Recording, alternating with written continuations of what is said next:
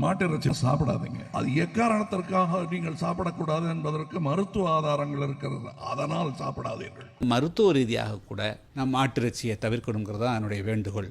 நான் கூட ரொம்ப இதாக இருந்தேன். ஐயா சிவராம இருக்குது மருத்துவர். அசைவ உணவை தயவு செய்து தவிர்க்காதே, கண்ட போய் பேச்சை கட்டு விட்டுறாதீங்கன்றது. ஆடாடா யானைக்கறி வரைக்கும் நம்ம சாப்பிட்ருக்கோம். தமிழர் உணவு என்று ஒரு நூல் இருக்குது. உலக தமிழராட்சி நிறுவனம் போட்ட புத்தகம் இருக்குது. சில பேர் வெஜிடேரியனாக சாப்பிட்டா தான் அது பயங்கர புத்திசாலித்தனம் வரும்லாம் சில பேர் பைத்தியகாரத்தனமாக பேசுகிறாங்க. நம்ம சாப்பிட வேண்டிய உணவு என்னென்னா அதிகமான காய்கறிகள் சாப்பிடணும், அதிகமான பழவைகள் சாப்பிடணும்.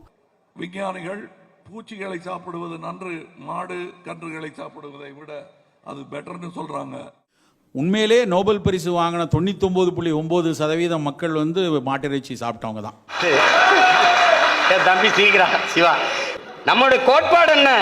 கட்சியின் கோட்பாடு என்ன? உடலினை உறுதி செய், அறிவை விரிவாக்கு, கொள்கை வகுத்து நீ கூடி செயல் செய்ய பழகு. நாம் தமிழர்.